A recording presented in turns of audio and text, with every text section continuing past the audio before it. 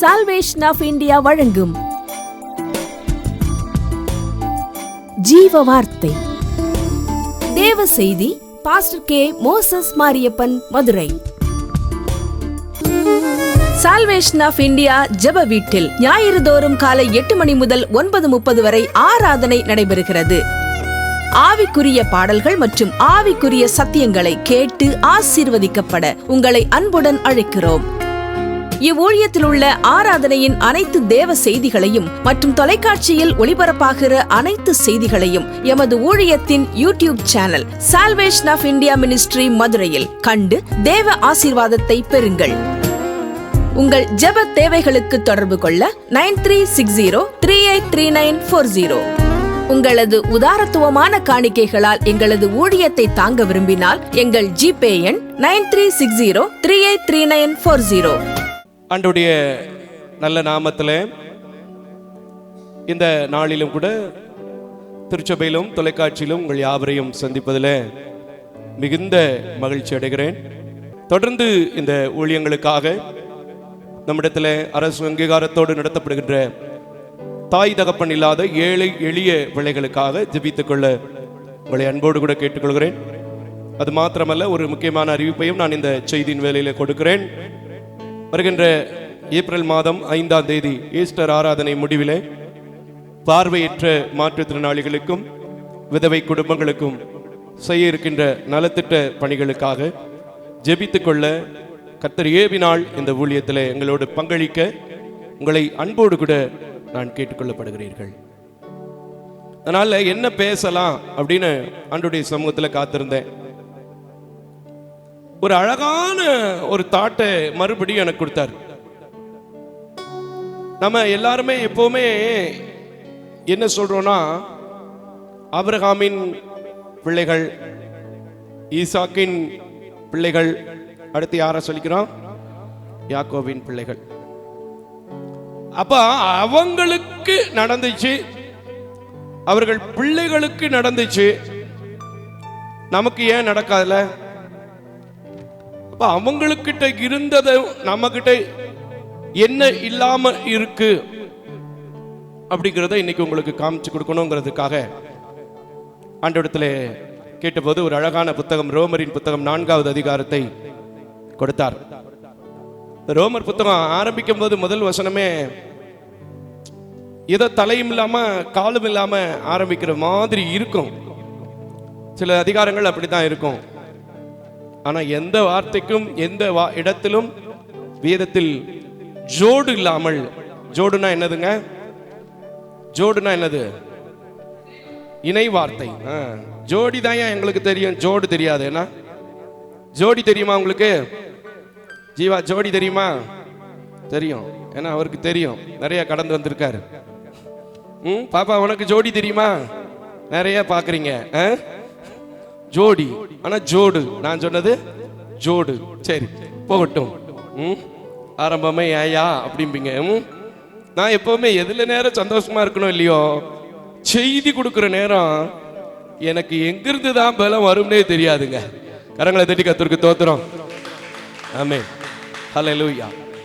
ரோமருக்கு எழுதின நிருபம் 4வது அதிகாரம் 17வது வசனத்தை வாசிக்க கேட்போம்.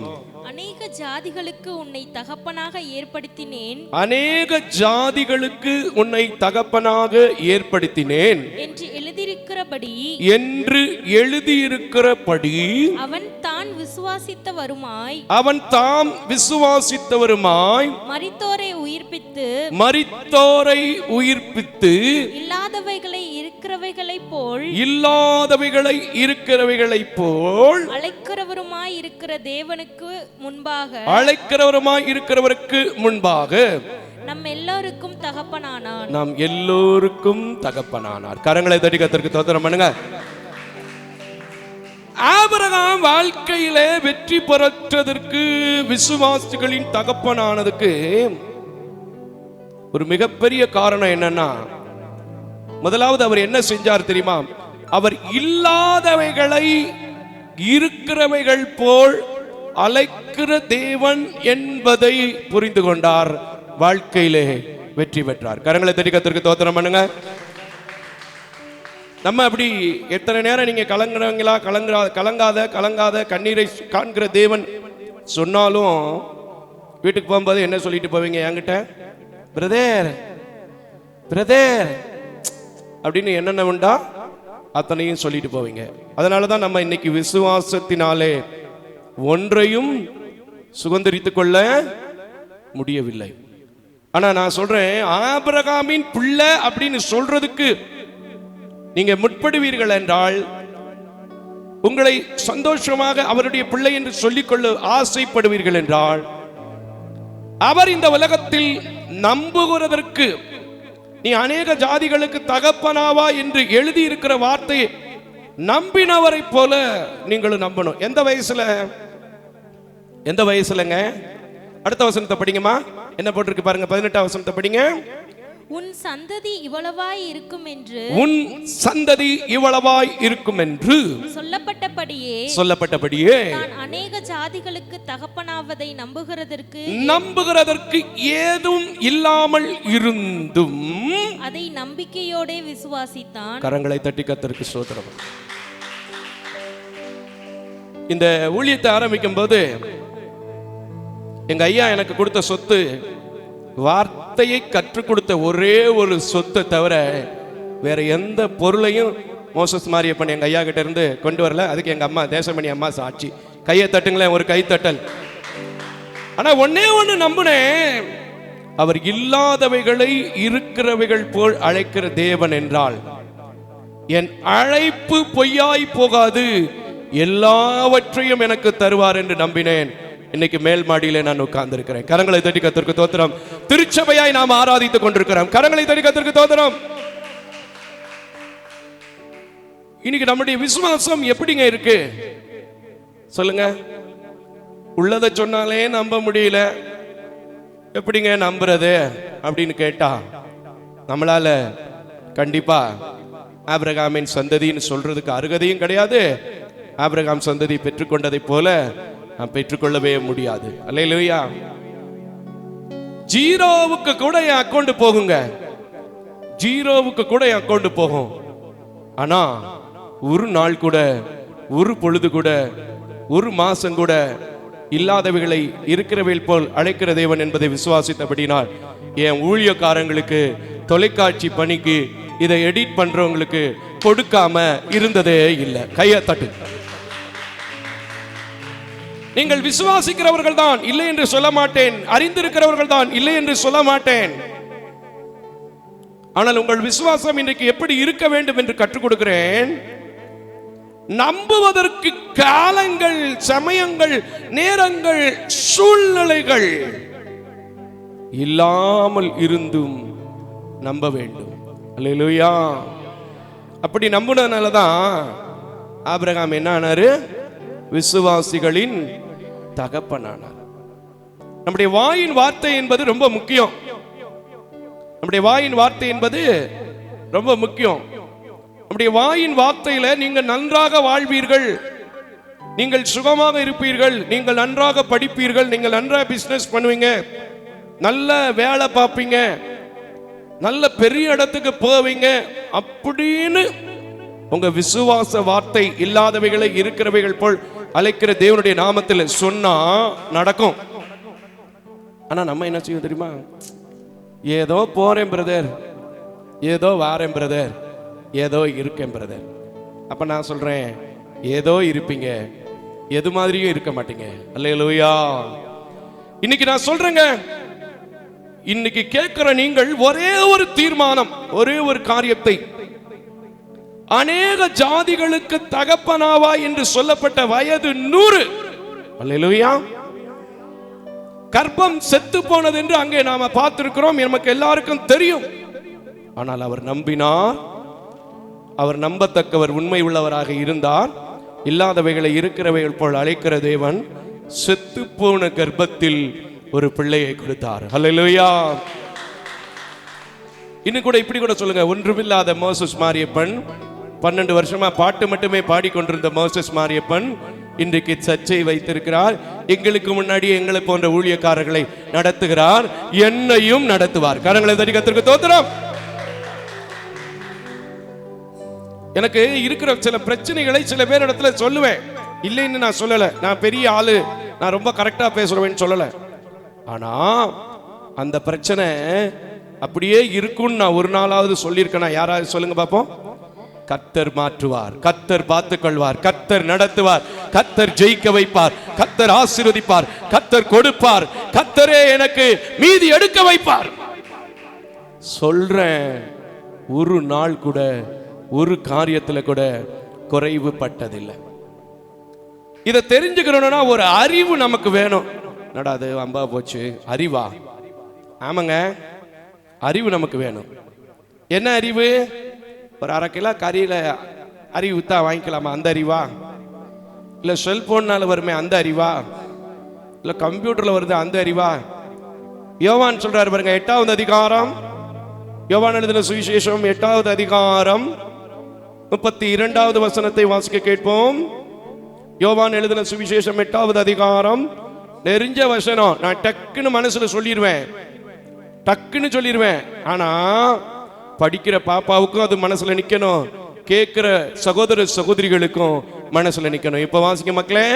சத்தியத்தையும் அறிவீர்கள். சத்தியத்தையும், பாத்தீங்களா அந்த வசனத்தை கவனிச்சீங்களா? சத்தியத்தையும் போடல, என்ன போட்டிருக்கு? சத்தியத்தையும் அறிவீர்கள், அந்த சத்தியம் உங்களை விடுதலையாக்கும். கரங்களை தட்டி கர்த்தருக்கு ஸ்தோத்திரம் பண்ணுங்க. நாம சத்தியத்தை அறியலங்க. இன்னும் சத்தியத்தை அறிஞ்சிட்டாலே இருக்கிறவைகளை இல்லாமைகளை உண்டு பண்ணுகிற தேவன், இருக்கிறவைகளை இல்லாதவைகளாக அழைக்கிற தேவன். அந்த அறிவு வரும். அன்னைக்கு இருந்த ஜனத்துக்கு அந்த அறிவு இல்லை. ஏன்னா அடுத்த வசனத்தை வாசிங்களேன், அடுத்த வசனத்தை வாசி பாப்பா. அவர்கள் அவருக்கு பிரதியுத்தரமாக, அவர்கள் அவருக்கு பிரதியுத்தரமாக. நம்ம ஆளுகள் கேள்வி கேட்கறதுல எப்பவுமே நம்பர் 1. அந்த காலத்திலையும் சரி இந்த காலத்திலையும் சரி. என்கிட்ட ஒரு ஆள் இருக்காரு, அதெல்லாம் எப்படியா அப்படின்றாரு உடனே. ஒரு அம்மா இருக்காங்க, போன் போட்டு கேட்பாங்க போனதுக்கு அப்புறம். இதெல்லாம் என்ன கூட்டம்னா அறிவில்லாத கூட்டம், சத்தியத்தை அறியாத கூட்டம், சத்தியத்தை அறியாத கூட்டம். நான் என்னைக்குமே யார் எந்த ஊழியக்காரங்க எந்த சாட்சி சொன்னாலும் கேள்வி கேட்கவே மாட்டேன். ஏன்னா எனக்கு தெரியும், இல்லாதவைகளை இருக்கிறவைகள் போல அழைக்கிற தேவன். கரங்களை தட்டி கர்த்தருக்கு ஸ்தோத்திரம். வாசிங்கம்மா. ஆபிரகாமின் சந்ததியாய் இருக்கிறோம், நாங்கள் ஒரு காலம் ஒருவனுக்கும் அடிமையாய் இருக்கவில்லை, விடுதலை ஆவீர்கள் என்று நீர் எப்படி சொல்லுகிறீர் என்றார்கள். இயேசு அவர்களுக்கு பிரதியுத்தரமாக, பாவம் செய்கிறவன் எவனும் பாவத்துக்கு அடிமையாய் இருக்கிறான் என்று மெய்யாகவே மெய்யாகவே உங்களுக்கு சொல்லுகிறேன். அடிமையானவன் என்றைக்கும் வீட்டில் நிலைத்திரான், குமாரன் என்றைக்கும் நிலைத்திருக்கிறார்கள். அதுக்கு பின்னாடி கீழே வாசிச்சுங்க 10வது வசனத்துக்கு மேல சில காரியங்களை அவர்களுக்கு சொல்லிவிட்டு, ஆபிரகாம் இப்படி செய்யவில்லையே. அவர் எப்படி செய்யல? அவரு நம்ப தகாத காலங்களாக இருந்தும் நம்பினார். ஆனா நம்ம என்ன செய்யல? நம்பல. காரணம் என்னன்னா, சத்தியத்தை அறிகிற அறிவு இல்லை. சத்தியத்தை அறிஞ்சாலே விசுவாசம் என்ன செய்யாது? போகாது. அல்லேலூயா.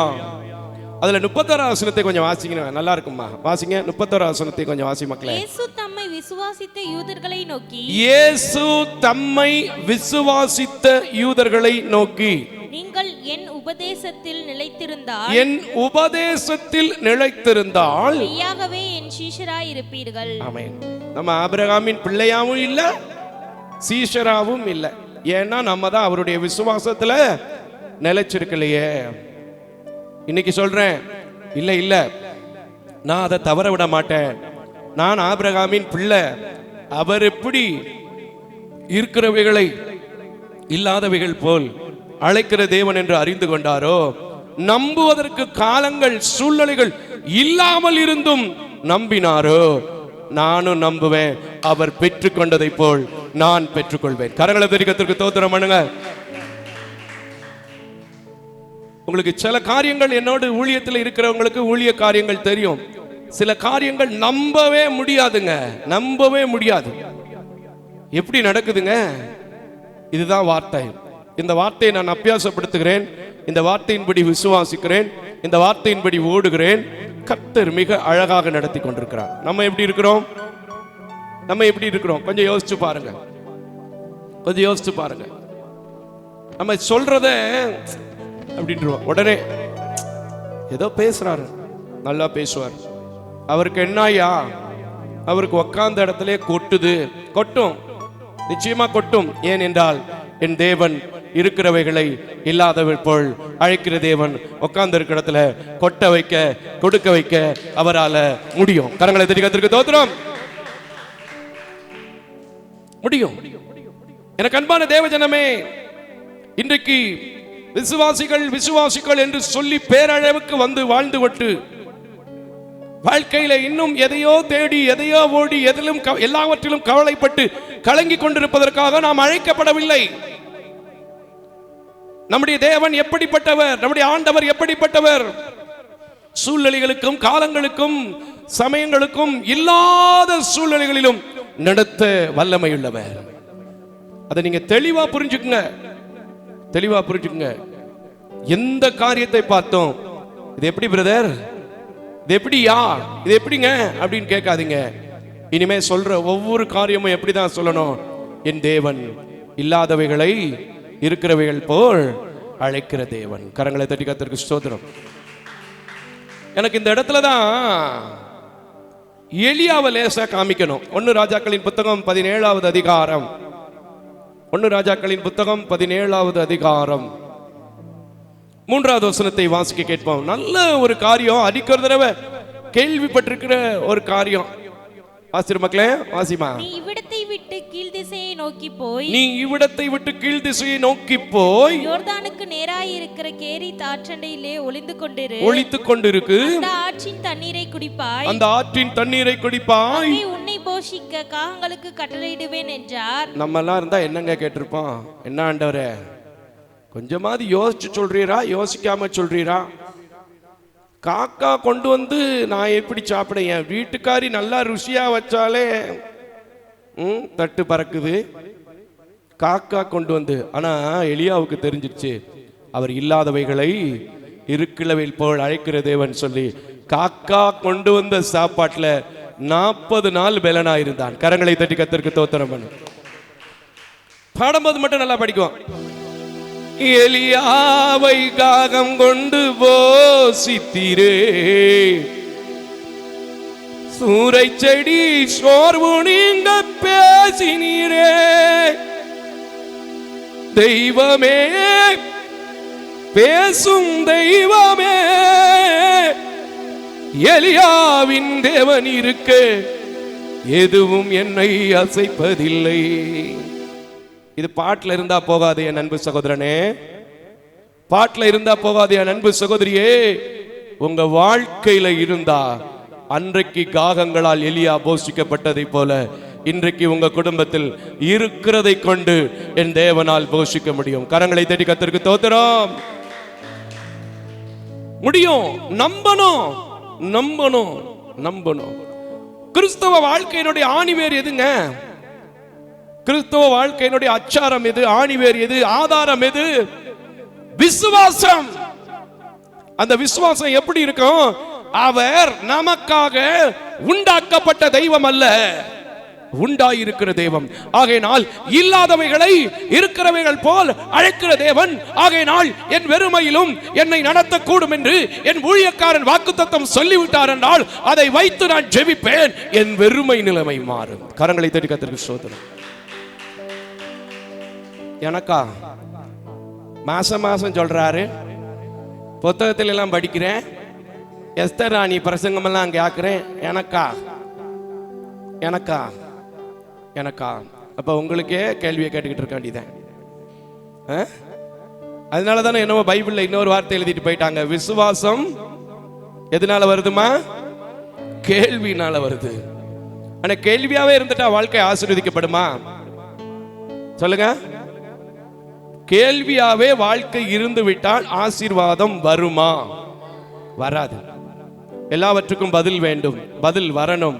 பதில் வர வேண்டும் என்றால் அவர் விசுவாசிக்கிறவர்கள் நிலைத்திருக்க கடைசி வரைக்கும் ஒன்றிலும் குறைவிடாத விசுவாசிக்கிற சீஷராய் மாறுகிற நம்ப தகுந்த காரியங்கள் இல்லாமல் இருந்தும் நம்புகிற ஜனமாக நீங்கள் நானும் மாற வேண்டும். கரங்களை தட்டி கர்த்தருக்கு ஸ்தோத்திரம். லூக்கா எழுதின சுவிசேஷத்துல 17வது அதிகாரத்துல எனக்கு ரொம்ப பிடிச்ச ஒரு காரியம் இருந்துச்சு. ரொம்ப அழகா இருந்துச்சு அந்த காரியத்தை பார்க்கும்போது. எப்படி இல்லாதவைகளை இருக்கிற போல் ஆக்குற தேவன் அப்படிங்கிறத புரிஞ்சுக்கிறதுக்காண்டி இந்த சம்பவங்களை நான் உங்களுக்கு சொல்கிறேன். சரியா? வாசிங்க, 12வது வசனத்தை வாசிப்போம். லூக்கா 17:12 வசனத்தை வாசிக்க கேட்போம். அவர் ஒரு கிராமத்தில் பிரவேசித்த போது குஷ்டரோகமுள்ள மனுஷர் 10 பேர் அவருக்கு எதிராக வந்து தூரத்திலே நின்று, ஏன்னா குஷ்டரோகிகள் எப்பவுமே டிஸ்டன்ஸ் மெயின்டைன் பண்ணணும் அப்படிங்கிறது ஒரு சட்டம். கொஞ்ச நாள்ல கூட கொரோனாவுக்கு கூட நம்ம டாக்டர்ஸ் மாதிரி ட்ரீட்மெண்ட் என்ன செய்ய மாட்டாங்க, பக்கத்துல கொடுக்க மாட்டாங்க. அப்படித்தானே? தூரமா ஒரு கம்பியை நீட்டுவாங்க, அதுக்குள்ள அப்படி என்ன நாக்க நீட்டணுமா, மறந்து போச்சு எனக்கு. அதே மாதிரி கண்ணு வாயெல்லாம் திறக்க சொல்லுவாங்க. இந்த பிளட் டெஸ்ட் எடுக்கிறவங்க மட்டும் கொஞ்சம் பாவம் செஞ்சவன் கிட்டத்துல எடுக்கணும். வேற வழி இல்லை, உடம்புல குத்துனாதான் ரத்தம் வரும். உடம்புல குத்துனாதான் ரத்தம் வரும். சில பேர் வார்த்தையால குத்துனாலே ரத்தம் வருது இப்பெல்லாம். அது உண்மைதானா? அனுபவிச்சிருக்கீங்க. ஆனா அதையும் சகிக்க பழகுங்க, உங்களுக்கு தான் கர்த்தர் மேன்மையான வாழ்க்கையை தருவார். கரங்களை தட்டி கர்த்தருக்கு ஸ்தோத்திரம். தூரத்துல தான் நிக்கணும் குஷ்டரோகிகள். அதே மாதிரி அங்க தூரத்துல நின்று நம்ம குஷ்டரோகம் இருக்கு, நம்ம எப்படி போய் ஆண்டவரை சந்திக்கிறது, நம்ம எப்படி போய் ஆண்டவர்கிட்ட பேசுறது, நமக்கே அப்படி ஒரு எண்ணம் இருக்கும்ல. நம்ம கண்ணு தெரியாதவங்களே சில பேர் என்னை பார்த்து சொல்லுவாங்க, ஐயா நீங்க எப்பவுமே ஒரு பிஸியான ஆளு, நீங்க எப்பவுமே உங்ககிட்ட எல்லாம் ஃப்ரீயா. அது அவங்களா சொல்லிக்கிறது. நான் எல்லாரையுமே வீட்டுக்குள்ள என் பக்கத்துல உட்கார வச்சு நான் கொடுக்கிற பாத்திரத்திலே தான் அவர்களையும் பானம் பண்ண வைப்பேன். உண்மை அதான். ஹல்லேலூயா. ஆனா அவங்கள அப்படி சொல்லிக்கிடுவோம். சரி போகட்டும், வாசிங்க. தூரத்திலே நின்று, இயேசு ஐயரே எங்களுக்கு இரங்கும் என்று சத்தமிட்டார்கள். அவர்களை அவர் பார்த்து ஒரு பார்வை தான் பார்த்துட்டாரு. ஒரே பார்வை. நீங்கள் போய் உங்களை ஆசாரியருக்கு காண்பியுங்கள் என்றார். அந்தபடி அவர்கள் போகையில் சுத்தமானார்கள். ஆமென். என்னங்க செஞ்சார் இயேசு? இங்க இருந்து கத்தி எடுத்து லேசா அந்த குஷ்டரோகத்தை லேசா ஒரு கீறு அடி கீறு. ஆமா, ஏடா அறிவு கெட்ட வேலை, இவ்வளவு நாளா வச்சுக்கிட்டு இருந்திருக்க, உனக்குலாம் கொஞ்சமா கூர் இருக்கா? இது நம்ம அப்படித்தானங்க. ஆண்டவர் ஒரே பார்வை பார்த்தார். ஏன்னா அவரால் இல்லாதவைகளை இருக்கிறவைகள் போல் செய்ய முடியும். கரங்களை தட்டி கர்த்தருக்கு ஸ்தோத்திரம் பண்ணுங்க. இருக்கிறவைகளை இல்லாம பண்ணவும் முடியும். போனாங்க. என்ன நடந்துச்சு? இவர்கிட்ட போவேன், தொட்டு பாப்பாரு நினைச்சேன், இப்படி ஆயிப்போச்சு ஐயா சொன்னாங்களா? ஒருத்தன் சுகமாகி சாட்சியாக திரும்ப வந்தான். கரங்களை தட்டி கர்த்தருக்கு ஸ்தோத்திரம்.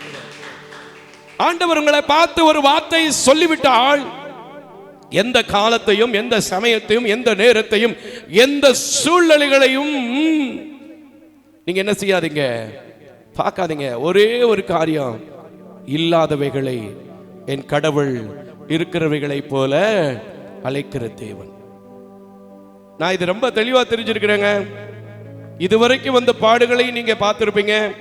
இந்த மோசஸ் மாரியப்பன் கர்த்தருக்குள்ள எடுத்துக்கொள்ளப்பட வரைக்கும் இந்த தென்பெளிஞ்சில தான் இருக்க போறேன். இனி படப்போகிற பாடுகளையும் பார்த்திருக்கிறீங்க. ஆனா எதுக்கும் அவ்வளவு சுயதாரணமா கலங்கிட மாட்டேன். ஏன்னா என்னை அழைத்தவர் அவர் என்றால் இல்லாதவைகளை இருக்கிறவர்களாய் பண்ணுகிற தேவன் நடத்துவார். கரங்களை தட்டி கர்த்தருக்கு ஸ்தோத்திரம். இந்த ஒரு தீர்மானம், இந்த ஒரு விசுவாசம் உங்க வாழ்க்கையில இருக்கும் என்றால், ஆபிரகாம் ஒன்றுமில்லாத நிலைமையிலே நம்புவதற்கு ஏதுவாக இல்லாமல் இருந்தும் அநேக ஜாதிகளுக்கு தகப்பனாக கூடும் என்றால், நீங்களும் உங்க வீட்டில் எதை இழந்திருக்கிறீர்களோ, எதை நினைத்து சிந்திக் கொண்டிருக்கிறீர்களோ, அதில் இன்றைக்கு அபியாசப்படுத்தும் போது, அவர் வார்த்தையை விசுவாசிக்கும் போது பெற்றுக் கொள்ளுகிறவர்களாக நிச்சயமாக மாறுவீர்கள். கரங்களை தட்டி கர்த்தருக்கு ஸ்தோத்திரம் பண்ணுங்க. இப்பொழுதும் கூட நாம் எழும்பி நின்று ஜெபம் செய்வோம். ஹல்லேலூயா. எல்லாம் ஆண்டவரை நோக்கி பார்த்து, ஆண்டவரே நீர் இல்லாதவைகளை இருக்கிறவைகள் போல் அழைக்கிற தேவன் என்பதை அறிந்திருக்கிறேன்.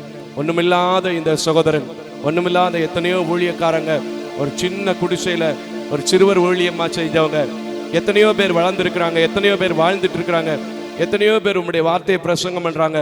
நான் கேட்கிறேன், நான் கேட்டுட்டு அப்பப்ப விசுவாசத்துல பலகீனமான விசுவாசம் எனக்குள்ள இருக்கக்கூடாது. நம்ப தகாத காரியங்களையும் நம்ப பண்ணுகிற தேவனால செய்ய முடியுங்கிற நம்பிக்கை எனக்கு வரணும். ஆண்டவர் எனக்கு உதவி செய்யுங்கன்னு சொல்லி அப்படியே அந்த கானான் ஸ்ரீ கேட்டாங்கல்ல, எனக்கு உதவி செய்யுங்கன்னு கேட்ட உடனே அவர் உதவி செய்தார். அவள் விசுவாசத்தை அங்கீகரித்தார். கர்த்தர் அவளுக்கு உதவி செய்தார். அதே போல உங்களுக்கு உதவி செய்து கர்த்தர் என்ன செய்ய போறாரு? அங்கீகரிக்க போறாரு. கரங்களை தட்டி ஆண்டவருக்கு ஒரு நன்றி சொல்லி எல்லாம் அப்படியே ஹல்லேலூயா ஹல்லேலூயா எல்லாம் ஆண்டவரை நோக்கி, ஆண்டவரே என் விசுவாசத்தை இப்பொழுது நான் அறிக்கை பண்ணுகிறேன், அதை எனக்கு வர்த்திக்க பண்ணுங்க. இல்லாதவைகளை இருக்கிறவைகள் போல் அழிக்கிற தேவன். நம்புவதற்கு காரணமே இல்லாம சூழ்நிலைகள் இருந்தாலும் அதை நான் பார்த்து சோர்ந்து போகாம உம்மை பார்த்து நான் நம்பி, நீங்க என்ன நடத்துங்க, நீங்க என்ன சுகமாக்குங்க, நீங்க எனக்கு வீடு கட்டி கொடுங்க, நீங்க என் பிள்ளைங்க திருமணத்தை முடிச்சு வைங்க, நீங்க எனக்கு ஒரு குழந்தை பாக்கியத்தை கொடுங்க, நீங்க என் ஊழியத்துல ஆத்துமாக்களை கொண்டு வாங்கன்னு கேட்க போறேன். எல்லாம் வாயை திறந்து கேளுங்க. எனக்கு செய்யுங்க ஆண்டவரே, என் பிள்ளைக்கு செய்யுங்க ஆண்டவரே, என் பிசினஸ்ல செய்யுங்க ஆண்டவரே, என் ஊழியத்துல செய்யுங்க ஆண்டவரே, என் விசுவாசத்தின் பலகீனத்தை எடுத்து போடுங்க, எனக்குள்ள இருக்கிற அவிசுவாசத்தை தொடைங்க, எடுத்து போடுங்க. இப்பமோ நான் என்னை அர்ப்பணிக்கிறேன்னு சொல்லுங்க. உங்க விசுவாச வார்த்தையை மட்டும் எந்த சூழ்நிலையில சத்துரு பொறுக்கி கொண்டு போய் விடாதபடிக்கு, என்ன நடந்துற போகுது, என்ன கூடிற போகுதுன்னு சொல்ற வார்த்தை இனி உங்க வாயில வராதபடிக்கு, எல்லாம் என் தேவனால் கூடும், எல்லாம் என் இயேசுவால் கூடும் சொல்லி போங்க. உலர்ந்திருக்கிறது, பட்டு போயிருக்கிறது, விட்டு போயிருக்கிறது, கெட்டு போயிருக்கிறது, பிரிந்து கிடக்கிறது, எல்லாவற்றிலும் சம்பூரணத்தை நீங்கள் காண்பீர்கள். கரங்களை தட்டி ஆமென் ஆமென் ஆமென் ஹல்லேலூயா ஹல்லேலூயா. நிச்சயமாகவே நீங்க இந்த வார்த்தையை மட்டும் விட்டுறாம இல்லாதவைகளை இருக்கிறவைகள் போல் பண்ணுகிற தேவன் என் வாழ்க்கையிலும் அற்புதம் செய்வார், அதிசயம் செய்வார். அதுக்கு இந்த பலகீன பாண்டம் செய்கிற ஊழியம் சாட்சியின் கடந்து போங்க. கர்த்தர் உங்கள் வாழ்க்கையில அற்புதங்களையும் அதிசயங்களையும் செய்வார். மகா கிருபையும் இரக்கம் நிறைந்த நல்ல ஆண்டவரே, நம்புவதற்கு எதுவும் ஒன்றுமில்லாத காலத்தில் என் முற்பிதாக்களுக்கு செய்தீர் என்று நாங்கள் பார்த்தோம், தியானித்தோம். இதை கேட்டு இப்பொழுதும் என் அவிசுவாசத்தின் பலகீனங்களை எடுத்து போட்டு இன்றும் கூட இல்லாதவைகளை இருக்கிறவைகள் போல் அழைக்கிற தேவன், என் குடும்பத்தில் இருக்கிற எல்லா சோர்வுகளும், எல்லா பலகீனங்களும், எல்லா போராட்டத்தின் ஆவிகளும், எல்லா இக்கட்டிலும் என்னை நடத்துவார் என்று நம்புகிற ஒவ்வொரு பிள்ளைங்க வாழ்க்கையிலும் இல்லாதவைகளை இருக்கிறவைகள் போல் பண்ணுகிற தேவன், இருக்கிறவைகளை இல்லாதவைகள் போல் பண்ணுகிற தேவன், இந்த ஊழியத்தை அநேக சாட்சிகளோடு அற்புதங்களோடு நடத்த பண்ணி இருக்கிற தேவன், தொடர்ந்து உம்முடைய பிள்ளைகளுக்கும் நீர் அப்படியே செய்து அநேக சாட்சிகளை கேட்டு உம்மை துதிக்க ஸ்தோத்தரிக்க நீர் கிருபை செய்யுங்க. ஐயா, இந்த வேதத்தை கூட எனக்கு தொடர்ந்து வாசிக்க தெரியாது என்பது உமக்கு தெரியும். ஆனால் நீர் கொடுத்ததை மட்டுமே உம்முடைய திருச்சபைக்கும் ஜனங்களுக்கு மத்தியிலும் வைத்திருக்கிறேன். நான் நம்பி உம்முடைய சமூகத்தில் ஓடுகிறதை போல, பெற்றுக்கொள்கிறதை போல எல்லா பிள்ளைகளும் பெற்றுக்கொள்ள நான் மனதார கரம் நீட்டுகிறேன். ஒவ்வொருடைய இயக்கங்களையும் மனவாரங்களையும் அறிந்திருக்கிற தேவன், நீங்க மாத்துங்க, நீங்க ஆசீர்வதிங்க, நீங்க நடத்துங்க. நாங்கள் கடந்து செல்கிறோம். கடந்து செல்லாத நேச கிருபை, அன்பு, சமாதானம், இரக்கம் வந்திருக்கிற தொலைக்காட்சியில பார்த்து கொண்டிருக்கிற ஒவ்வொரு பிள்ளைகளோடும் நான் மறுபடியும் சந்திக்கும் போதும் இருக்க நீர் கிருபை செய்யும். இயேசுவின் நாமத்தில் ஜெபிக்கிறேன் நல்ல பிதாவே, ஆமென் ஆமென் ஆமென். அல்லேலூயா அல்லேலூயா அல்லேலூயா.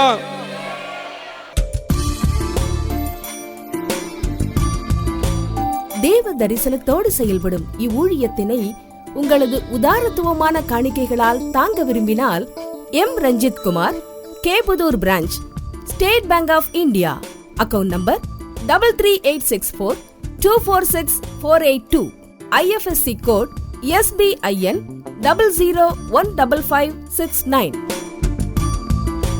உங்களது 24 மணி நேர ஜெப தொடர்புக்கு pastor K Moses Mariyappan, 2/26 SP Natham அஞ்சல், திருமங்கலம் தாலுகா, மதுரை மாவட்டம் 625706.